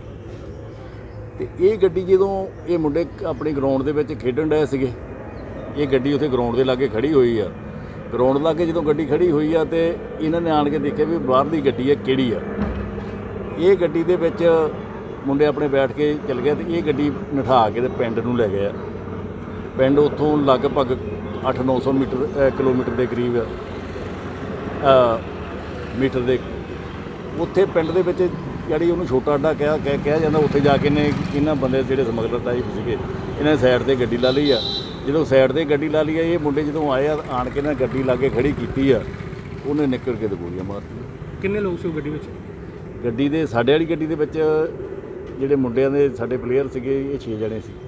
ਅੱਛਾ, 6 ਜਣੇ ਨੇ ਜਿਹੜਾ ਉਹਨਾਂ ਨੂੰ? ਨਹੀਂ, 6 ਜਣੇ ਪਲੇਅਰ ਸੀਗੇ, ਉਹ 2 ਜਣੇ ਸੀਗੇ ਜਿਹੜੇ ਦੂਸਰੇ ਬੰਨੇ। ਕੌਣ ਸੀਗੇ ਉਹ 2? ਇੱਕ ਤਾਂ ਹੁਣ ਪੁਲਿਸ ਦੇ ਵਿੱਚ ਇੱਕ ਏਐਸਆਈ ਸਾਹਮਣੇ ਆਇਆ। ਕੀ ਨਾ ਨਾ ਪੰਮਾ ਦੱਸਦੇ ਆ, ਪਰਮਜੀਤ। ਕੀ ਜਦੋਂ ਇਹ ਘਟਨਾ ਹੋਈ ਆ ਉਹ ਪੁਲਿਸ ਉਹਦੀ ਗੱਡੀ 'ਚੋਂ ਕੁਛ ਨਿਕਲਿਆ ਇਹੋ ਜਿਹਾ ਜਿਹਦੇ ਵਿੱਚ ਆਪਾਂ ਕਹਿ ਸਕਦੇ? ਗੱਡੀ ਦੇਖੋ ਜੀ, ਉਸ ਵੇਲੇ ਗੋਲੀਆਂ ਚੱਲੀਆਂ ਆ। ਜਦੋਂ ਗੋਲੀਆਂ ਸਿੱਧੀਆਂ ਮੁੰਡੇ ਦੇ, ਸਾਡਾ ਅੰਤਰਰਾਸ਼ਟਰੀ ਪਲੇਅਰ ਸੀਗਾ ਮੁੰਡਾ ਇਹ ਅਰਵਿੰਦਰ ਭਲਵਾਨ, ਇਹਦੇ ਜਦੋਂ ਸਿੱਧੀਆਂ ਹਾਰਟ ਦੇ ਵਿੱਚ 2 ਗੋਲੀਆਂ ਵੱਜੀਆਂ, ਇਹ ਡੱਪਿਆ ਆ। ਇਹਨੂੰ ਬਚਾਉਣ ਦੀ ਖਾਤਰ ਜਦੋਂ ਦੂਸਰਾ ਮੁੰਡਾ ਆਇਆ, 2 ਉਹਦੇ ਵੱਜੀਆਂ ਆ। ਉਹਦੇ ਇੱਕ ਡੋਲੇ ਦੇ ਵਿੱਚ ਵੱਜੀ ਆ ਤੇ ਇੱਕ ਇੱਥੇ ਬੱਕੀ 'ਚ ਵੱਜੀ ਆ। ਉਸ ਤੋਂ ਬਾਅਦ ਜਦੋਂ ਉਹ ਪਿੱਛੇ ਨੂੰ ਹੋਇਆ ਤਾਂ ਉਸ ਤੋਂ ਬਾਅਦ ਇੱਕ ਮੁੰਡਾ ਹੋਰ ਆਇਆ। ਜਦੋਂ ਉਹਦੇ ਵੱਲ ਨੂੰ 2 ਫਾਇਰ ਉਹਨੇ ਉਹਦੇ ਵੱਲ ਨੂੰ ਕੱਢੇ ਆ, ਉਹ ਮੁੰਡਾ ਨੀਵਾਂ ਹੋ ਗਿਆ ਤੇ ਮੁੜ ਕੇ ਗੱਡੀ ਦੇ ਵਿੱਚ ਬੈਠੇ ਬਹਿ ਕੇ ਫਰਾਰ ਹੋ ਗਏ। ਹਾਂ, ਤੇ ਹੁਣ ਪੁਲਿਸ ਨੇ ਫੜ ਲਏ ਬੰਦੇ ਫੜੇ ਗਏ। ਬੰਦੇ ਫੜੇ ਗਏ। ਉੱਥੇ ਇਸ ਪੂਰੇ ਮਾਮਲੇ ਦੇ ਵਿੱਚ ਐਸਪੀ ਸਾਹਿਬ ਨੇ ਕੀ ਕਿਹਾ ਹੈ, ਆਓ ਸੁਣਦੇ ਹਾਂ। ਐਸਪੀ ਸਾਹਿਬ, ਜਿਹੜਾ ਰਾਤੀ ਜਿਹੜਾ ਇਨਸੀਡੈਂਟ ਹੋਇਆ ਵਾ ਐਸਆਈ ਵੱਲੋਂ ਕਬੱਡੀ ਖਿਡਾਰੀ ਨੂੰ ਮਾਰਿਆ ਗਿਆ, ਕੀ ਸਾਰਾ ਮਾਮਲਾ ਸੀ? ਕਰੀਬ 10 ਵਜੇ ਲਖਨਕੇ ਪੱਡਾ ਬੱਸ ਸਟੈਂਡ ਅੱਡੇ ਦੇ ਵਿੱਚ ਇਹਨਾਂ ਦਾ ਆਪਸ 'ਚ ਤਕਰਾਰ ਹੋਇਆ।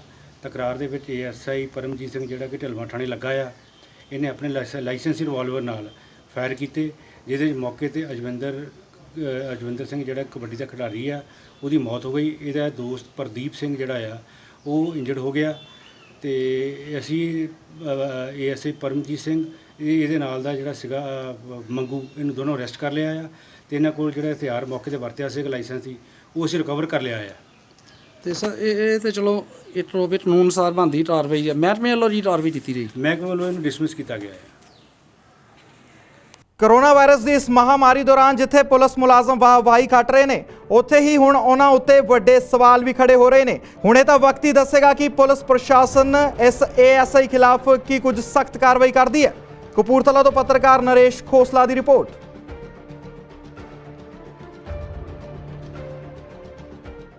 ਅੰਮ੍ਰਿਤਸਰ ਵਿੱਚ ਪ੍ਰਵਾਸੀ ਮਜ਼ਦੂਰਾਂ ਦੇ ਨਾਲ ਫਾਰਮ ਭਰਨ ਦੇ ਨਾਂ ਤੇ ਕਾਲਾ ਬਾਜ਼ਾਰੀ ਦਾ ਮਾਮਲਾ ਸਾਹਮਣੇ ਆਇਆ। ਕਰਫਿਊ ਦੇ ਕਾਰਨ ਅੰਮ੍ਰਿਤਸਰ ਵਿੱਚ ਫਸੇ ਪ੍ਰਵਾਸੀ ਮਜ਼ਦੂਰਾਂ ਨੂੰ ਸਰਕਾਰਾਂ ਵੱਲੋਂ ਘਰ ਵਾਪਸੀ ਨੂੰ ਲੈ ਕੇ ਕੀਤੀ ਗਈਆਂ ਕੋਸ਼ਿਸ਼ਾਂ ਦੇ ਤਹਿਤ ਆਨਲਾਈਨ ਫਾਰਮ ਭਰੇ ਗਏ ਸਨ ਅਤੇ ਵਾਪਸੀ ਲਈ ਅੰਮ੍ਰਿਤਸਰ ਤੋਂ ਵਿਸ਼ੇਸ਼ ਰੇਲ ਗੱਡੀ ਰਾਹੀਂ ਇਹਨਾਂ ਪ੍ਰਵਾਸੀ ਮਜ਼ਦੂਰਾਂ ਨੂੰ ਵਾਪਸ ਭੇਜਿਆ ਜਾ ਰਿਹਾ ਹੈ, ਜਿਸ ਦੇ ਲਈ ਉਹਨਾਂ ਨੂੰ ਮੈਡੀਕਲ ਲਈ ਆਧਾਰ ਕਾਰਡ ਦੀ ਕਾਪੀ ਅਤੇ ਫਾਰਮ ਭਰਨਾ ਸੀ। ਦੱਸ ਦਈਏ ਕਿ ਫਾਰਮ ਭਰਨ ਦੇ ਨਾਮ ਉੱਤੇ ਇਹਨਾਂ ਪ੍ਰਵਾਸੀ ਮਜ਼ਦੂਰਾਂ ਦੇ ਕੋਲੋਂ ਦੁਕਾਨਦਾਰ ਨੇ ਇੱਕ ਫਾਰਮ ਭਰਨ ਦੀ ਫੀਸ 50 ਰੁਪਏ ਲੈਣਾ ਸ਼ੁਰੂ ਕਰ ਦਿੱਤੇ ਅਤੇ ਜੋ ਫਾਰਮ ਭਰੇ ਜਾ ਰਹੇ ਸਨ ਇਹ ਫਾਰਮ ਮਾਨਤਾ ਪ੍ਰਾਪਤ ਨਹੀਂ ਸਨ ਅਤੇ ਦੁਕਾਨਦਾਰ ਕਾਲਾ ਬਾਜ਼ਾਰੀ ਕਰ ਪ੍ਰਵਾਸੀ ਮਜ਼ਦੂਰਾਂ ਨੂੰ ਮੂਰਖ ਬਣਾ ਰਿਹਾ ਸੀ। ਇਸ ਤੋਂ ਬਾਅਦ ਜਦੋਂ ਮੀਡੀਆ ਨੇ ਇਸ ਖਬਰ ਦੀ कवरेज ਲੈਣੀ शुरू की तो दुकानदार दुकान बंद करके फरार हो गया। फार्म भरवा रहे हैं आधार कार्ड लिंक करवाने के लिए। कौन सी दुकान में? तो कितने पैसे ले रहे हैं? एक फार्म के एक आधार कार्ड के साथ 50 रुपए। 50 रुपए ले रहे हैं? 50 रुपया ज़्यादा नहीं है सर? ज़्यादा है कि अब क्या करूँ, इमरजेंसी में मजबूरी में अब क्या करिएगा। कहना चाहेंगे? मैं यहाँ पे कोरोना की स्क्रीन करने आया था तो यहाँ पे 50 रुपए फार्म के ले रहे हैं। पहले मैंने एक फार्म दिया तो 100 रुपए मांगे, जब 2 फार्म दिए तो 50 रुपए ले। इसके बाद यहाँ पे बोल रहे हैं कि 4 घंटे पहले स्टेशन पहुँचना होगा। तो यहाँ पे आप लोग जब आए तो यहाँ बंद करके चले गए, तो हमारा फार्म भी अंदर ही है। अभी पैसे लिए 50। हाँ जी 50 रुपए लेंदे हो? 50 रुपए कादे लैंदे हो जी? फार्म वो देंदे आ ते पैसे भरने 20 रुपए मैं लेना। 20 रुपए ले, वो कहंदा 50 रुपए लेंदे आ। 50 रुपए 30 रुपए फार्म वो देंदे आ। हां 30 रुपए फार्म वो देंदे आ और स्टेटमेंट मैं दे रहा हां। ਜਿਹੜਾ ਫਾਰਮ ਤੁਸੀਂ ਭਰਦੇ ਹੋ ਤਾਂ ਇਹਨਾਂ ਨੂੰ ਅਲਾਉਡ ਹੈਗਾ ਸਕੈਨਿੰਗ ਦਾ ਜਿਹੜਾ ਦੇਂਦੇ ਤੁਸੀਂ? I don't know. ਤੁਹਾਨੂੰ ਜਦੋਂ ਪਤਾ ਨਹੀਂ ਫਿਰ ਫਾਰਮ ਕਿਉਂ ਦੇਂਦੇ ਤੁਸੀਂ?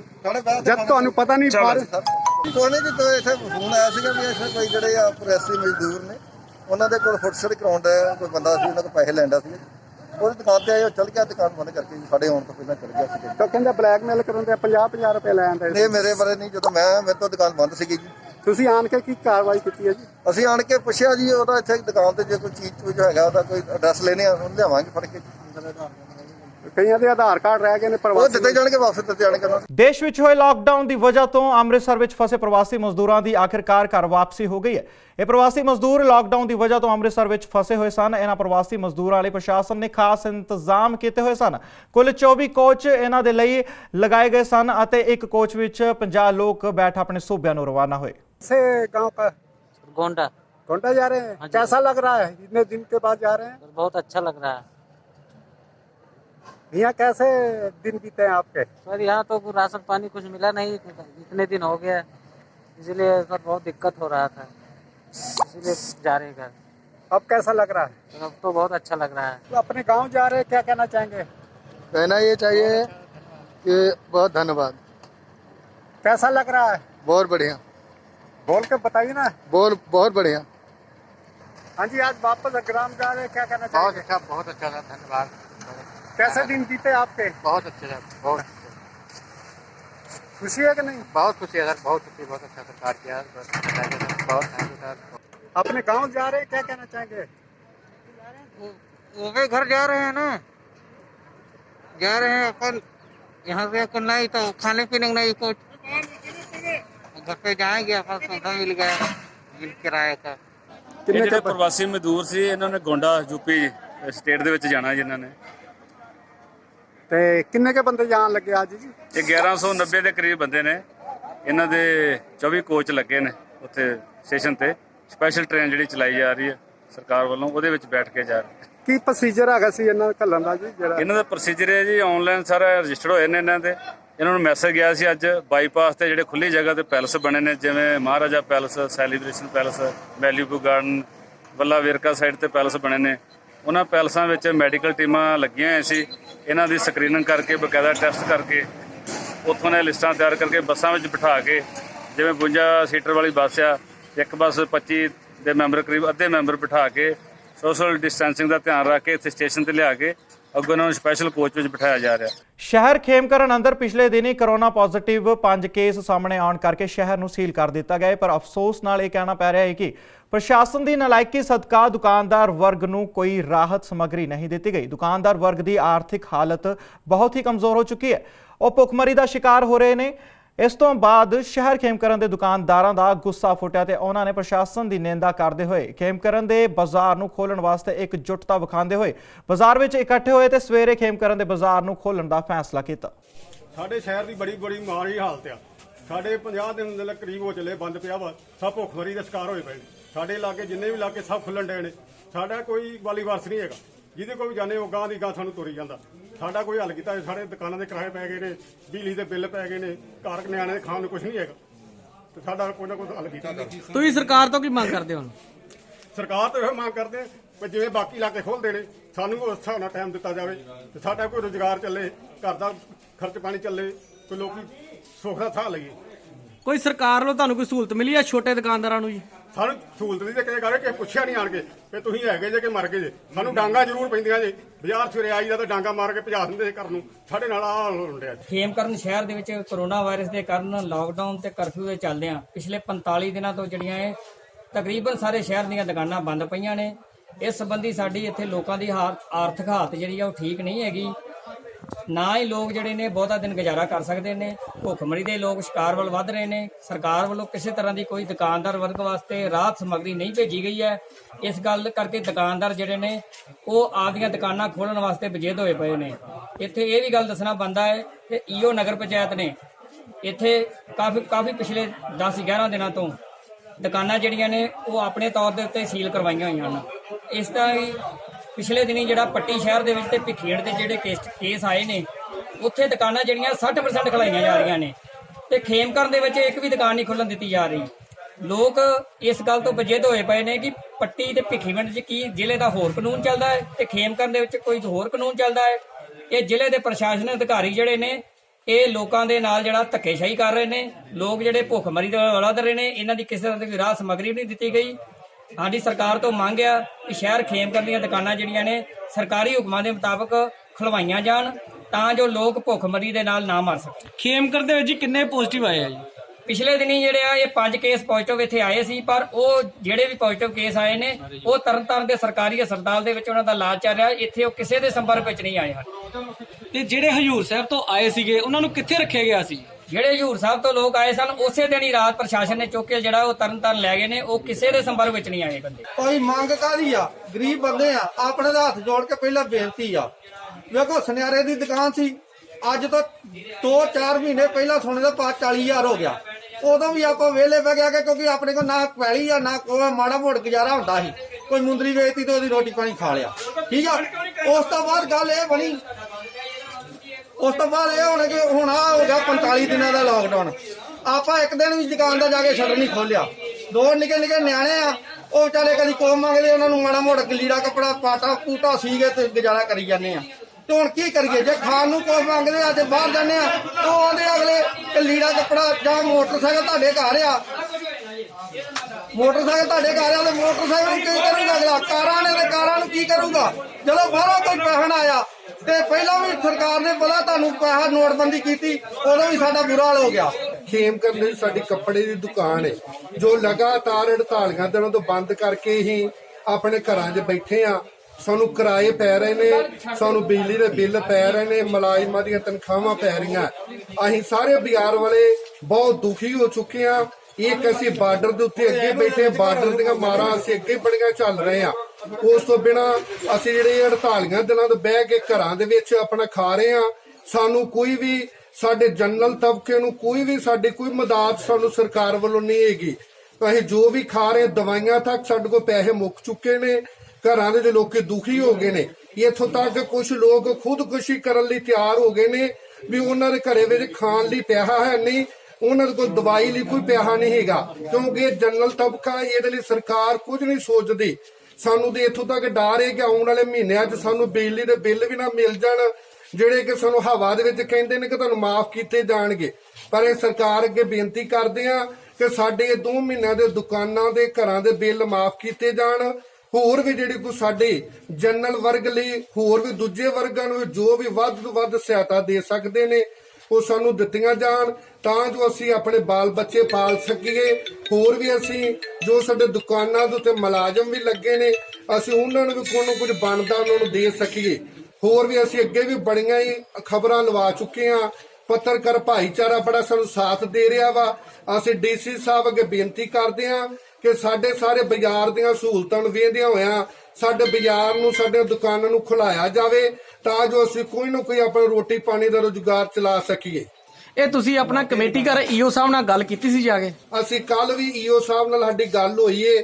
ਉਹਨਾਂ ਨੇ ਪਹਿਲਾਂ ਭਰੋਸਾ ਦਿੱਤਾ ਸੀ ਕਿ ਸਵੇਰੇ ਹੀ ਤੁਹਾਡੀਆਂ ਦੁਕਾਨਾਂ ਖੁੱਲਣਗੀਆਂ, ਪਰ ਅੱਜ ਸਵੇਰ ਤੋਂ ਸਾਨੂੰ ਫਿਰ ਉਹਨਾਂ ਵੱਲੋਂ ਕੋਈ ਜੋ ਜ਼ਰੂਰੀ ਸਾਨੂੰ ਦੱਸਿਆ ਨਹੀਂ ਗਿਆ। ਅਸੀਂ ਦੁਕਾਨਾਂ ਬੰਦ ਕਰਕੇ ਅੱਜ ਸਾਰੇ ਦੁਕਾਨਦਾਰ ਵੀਰ ਬਾਜ਼ਾਰ ਦੇ 'ਚ ਬੈਠੇ ਆ। ਕੋਰੋਨਾ ਵਾਇਰਸ ਤੋਂ ਬਚਣ ਲਈ ਸਰਕਾਰ ਅਤੇ ਪ੍ਰਸ਼ਾਸਨ ਵੱਲੋਂ ਸਾਰਿਆਂ ਨੂੰ ਜਾਗਰੂਕ ਕੀਤਾ ਜਾ ਰਿਹਾ ਹੈ ਤੇ ਜ਼ਿਆਦਾਤਰ ਲੋਕਾਂ ਨੂੰ ਘਰਾਂ ਵਿੱਚ ਰਹਿਣ ਦੀ ਸਲਾਹ ਦਿੱਤੀ ਜਾ ਰਹੀ ਹੈ। ਜਿਨ੍ਹਾਂ ਲੋਕਾਂ ਨੂੰ ਕਿਸੇ ਜ਼ਰੂਰੀ ਕੰਮ ਤੋਂ ਬਾਹਰ ਜਾਣਾ ਪੈਂਦਾ ਹੈ ਉਹਨਾਂ ਨੂੰ ਵੀ ਸਰਕਾਰ ਅਤੇ ਸਿਹਤ ਵਿਭਾਗ ਵੱਲੋਂ ਸਾਵਧਾਨੀਆਂ ਵਰਤਣ ਦੀ ਅਪੀਲ ਕੀਤੀ ਜਾ ਰਹੀ ਹੈ। ਇਸ ਵਿਚਕਾਰ ਹੁਸ਼ਿਆਰਪੁਰ ਦੇ ਚੰਡੀਗੜ੍ਹ ਰੋਡ ਤੇ ਸਥਿਤ ਪਿੰਡ ਬਾਹੋਵਾਲ 'ਚ ਇੱਕ ਪੈਟਰੋਲ ਪੰਪ ਤੇ ਕਰੰਸੀ ਨੂੰ ਧੋ ਕੇ ਗ੍ਰਾਹਕਾਂ ਤੋਂ ਲਿਆ ਜਾ ਰਿਹਾ ਹੈ। ਆਓ ਵੇਖਦੇ ਹਾਂ ਇੱਕ ਖਾਸ ਰਿਪੋਰਟ। कोरोना महामारी दौरान हथ धोना, नहाउणा, वस्तां नूं सैनिटाइज करना एक आम गल होवेगी, पर हुशियारपुर के चंडीगढ़ रोड उत्ते स्थित पिंड बाहोवाल विच देखण विच आया है कि रोज़ की जिंदगी विच वरतों करन वाली करंसी नूं साबण ते साफ पानी नाल धो के ग्राहकां तो लिया जांदा है। जी हाँ, तुसीं सही सुनिया, हरे हरे नोटां नूं पहलां धोया जांदा है, फिर ग्राहकां तो लिया जांदा है। पिंड बाहोवाल के पैट्रोल पंप उत्ते इत्थे पैट्रोल पाउण दे बाद भुगतान के रूप विच लई जा रही राशि नोटां नूं कस्टमर वालों पहलां साबण सरफ पानी नाल चंगी तरह तो धोण लई कहा जांदा है, उपरांत राशि का भुगतान किया जांदा है। इन्ना ही नहीं, जेकर कोई कार्ड के जरिए भी भुगतान करता है तो पहला कार्ड नूं सैनिटाइज किया जांदा है, फिर उस नूं मशीन विच पेमेंट लई पाया जांदा है। पैट्रोल पंप के मालिक के मुताबिक जदों भी कोई गड्डी पैट्रोल पंप ते ਪੈਟਰੋਲ ਪਵਾਉਣ ਆਉਂਦੀ ਹੈ ਤਾਂ ਗੱਡੀ ਦੇ ਮਾਲਕ ਨੂੰ ਹੀ ਡੀਜ਼ਲ ਟੈਂਕ ਦਾ ਢੱਕਣ ਆਪਣੇ ਆਪ ਡਾਇਰੈਕਟ ਕੰਟੈਕਟ 'ਚ ਨਾ ਆਉਣ ਕਾਰਨ ਖੁਲਵਾਉਣ ਨੂੰ ਕਿਹਾ ਜਾਂਦਾ ਹੈ। ਪੈਟਰੋਲ ਪੰਪ ਮਾਲਕ ਅਭਿਸ਼ੇਕ ਕਸ਼ਯਪ ਦਾ ਕਹਿਣਾ ਹੈ ਕਿ ਇਸ ਬਾਰੇ ਵਿੱਚ ਕੋਈ ਵੀ ਜਾਣਕਾਰੀ ਨਹੀਂ ਹੁੰਦੀ ਕਿ ਕਿਹੜਾ ਵਿਅਕਤੀ ਕੋਰੋਨਾ ਪੋਜ਼ਿਟਿਵ ਹੈ ਜਾਂ ਨਹੀਂ, ਇਸ ਲਈ ਸਾਵਧਾਨੀ ਦੇ ਤੌਰ ਉੱਤੇ ਇਹ ਪ੍ਰੀਕਾਸ਼ਨਸ ਅਪਣਾਏ ਜਾ ਰਹੇ ਨੇ। सर बेसिकली ना हम लोग सैनिटाइजेशन की तरफ जा रहे हैं, तो उसमें हम लोग ये चाहते हैं कि हमारा जो करेंसी है वो भी सैनिटाइज हो, और कई बार को बहुत ज़्यादा करेंसी आती है तो उसके लिए हम लोग जब वो करते हैं अल्कोहल से उसको सैनिटाइज़ करते हैं, सैनिटाइज़र से करते हैं, तो वो कई बार पूरी तरह से नहीं भी हो पाता है। और करेंसी ऐसी है कि जो किसी की जेब में पड़ी है, कहीं कहीं पे पड़ी है या कहीं पे भी वो यूज़ कर रहा है, तो कभी ना कभी वो कांटेक्ट में आनी है। तो जितना ज़्यादा हम उसको सैनिटाइज़ कर सकें उसके लिए हमने शुरू किया था कि अभी भी कर रहे हैं कि हम लोग उसको धो के ले रहे हैं, ताकि ये जो करेंसी हमारे देश की करेंसी या किसी भी देश की करेंसी होती है, कागज़ की नहीं होती, ये एक स्पेशल टाइप का मटेरियल होता है जो पानी से ख़राब नहीं होता है और बहुत लंबे टाइम के लिए होता है। इसके ऊपर जो इंक वगैरह होती है वो इतनी जल्दी नहीं उतरती है, बिल्कुल नहीं उतरती है, और ये इंक बहुत स्पेशल होती है। तो इसकी यही खासियत है कि ये पानी से ख़राब नहीं हो सकती। तो अगर हम इसको सैनिटाइज़ करके, हर बंदा सैनिटाइज़ करके लेगा, तो ये हमारे जो ओवरऑल कोविड-19 का जो प्रयास है जिसमें हम लोग अपने सैनिटाइजेशन को देख रहे हैं, तो ये उसके लिए एक और हेल्पफुल उपाय होगा। जैसे आप धोते हैं या किस तरह, कस्टमर इतराज़ नहीं करता कि कस्टमर बहुत इतराज़ करते हैं, कई लोग नहीं समझ पाते हैं। इसको अप्रिशिएट किया है और हम लोग कस्टमर को समझाने की कोशिश करते हैं कि सर आपको धोना पड़ा है, इसके साथ साथ आपके एक बार हाथ भी धुल गए, और जब आपके एक बार हाथ धुल गए तो हम एक कदम और अपनी सेफ्टी की तरफ बढ़ गए। डॉक्टर्स तो बोल ही रहे हैं, सब लोग बोल रहे हैं, सारे एडमिनिस्ट्रेशन बोल रहा है बार बार हाथ धोइए, सैनिटाइज़ कीजिए, अपने आप को थोड़ा अलग रखिए, तो घर पे रहिए। तो उसमें अगर ये एक और स्टेप हमें हाथ धोने का मौका मिलता है तो क्यों ना हम करें। हमें नहीं पता है कि कस्टमर उसमें कोई पेशेंट है, कोई कोरोना वायरस पॉजिटिव है या नहीं है। अब अगर वो हमसे भी तेल डलवा रहा है, हमसे पहले कहीं और से तेल डलवाया होगा, या उसने अपनी गाड़ी को चाबी लगाई होगी, या चाबी ऑब्वियसली हाथ लगाया होगा, तो वो चाबी हमने पकड़ के उसका कई बार ताला खोलते हैं, पुरानी गाड़ियों के ताले चाबी से खोलते हैं, तो उसमें हम लोग ये होता है कि हम लोग फिर एक कॉन्टैक्ट में आ जाते हैं। तो जब हम कांटेक्ट में आते हैं तो फिर हमारे ऊपर वो चीज़ लाइक हम लोग अपने प्रोटेक्शन को लूज़ कर देते हैं। अब इसमें ये भी है कि एक ये भी कहा गया है कि हैंड ग्लव्स पहनने, पर ये जो इंडस्ट्री है इसमें हम लोग बहुत ही इन्फ्लेमेबल सब्सटेंस जैसे पेट्रोल और डीजल से डील कर रहे हैं। तो बाई चांस मान लीजिए मैंने प्लास्टिक ग्लव्स ही पहने हुए हैं और आग लग जाती है, तो वो प्लास्टिक ग्लव्स उतारने का टाइम नहीं मिलेगा, वो तो मेरी चमड़ी के साथ ही चिपक जाएगा। तो वो पर्पस इस इंडस्ट्री के लिए नहीं सॉल्व हो सकता है। हाँ, जहाँ पे आपका कोई फ्लेमेबल सब्सटेंस से काम ही नहीं पड़ता है, वहाँ पे आप प्लास्टिक के ग्लव्स और वो पहन के आप यूज़ कर सकते हैं, पर इस इंडस्ट्री में आप नहीं कर सकते। या तो आप कपड़े के ग्लव्स पहनेंगे और उसमें आपका जो जर्म्स है या फिर जो आपके बैक्टीरिया या वायरस है वो बहुत लंबे टाइम तक सस्टेन रहेंगे।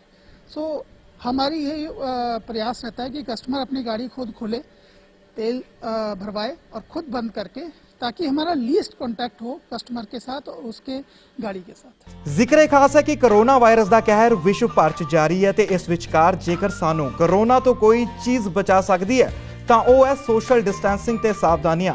ਤੇ ਪੈਟਰੋਲ ਪੰਪ ਮਾਲਕ ਵੱਲੋਂ ਸਿਰਫ ਆਪਣਾ ਹੀ ਨਹੀਂ ਆਪਣੇ ਸਟਾਫ ਦਾ ਵੀ ਪੂਰਾ ਧਿਆਨ ਰੱਖਿਆ ਜਾ ਰਿਹਾ ਹੈ ਤੇ ਕਰੋਨਾ ਨੂੰ ਹਰਾਉਣ ਲਈ ਇਹਤਿਆਤ ਵਰਤੇ ਜਾ ਰਹੇ ਨੇ।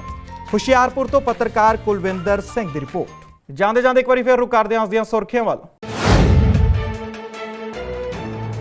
ਸਿਮਰਜੀਤ ਸਿੰਘ ਬੈਂਸ ਨੇ ਸ਼ਰਾਬ ਦੀ ਹੋਮ ਡਿਲੀਵਰੀ ਤੇ ਦਿੱਤਾ ਬਿਆਨ, ਕਿਹਾ ਚਿੱਟਾ ਵੇਚਣ ਵਾਲੇ ਨੂੰ ਇਸ ਦੌਰਾਨ ਮਿਲ ਜਾਵੇਗੀ ਸ਼ਹਿ।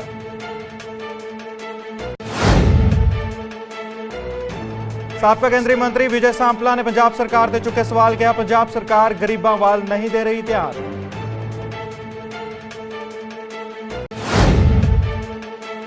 ਭਾਰਤੀ ਵਾਯੂ ਫੌਜ ਦਾ ਲੜਾਕੂ ਜਹਾਜ਼ ਹੋਇਆ ਹਾਦਸਾਗ੍ਰਸਤ, ਕਿਸੇ ਵੀ ਤਰ੍ਹਾਂ ਦੇ ਜਾਨੀ ਨੁਕਸਾਨ ਤੋਂ ਹੋਇਆ ਬਚਾਅ।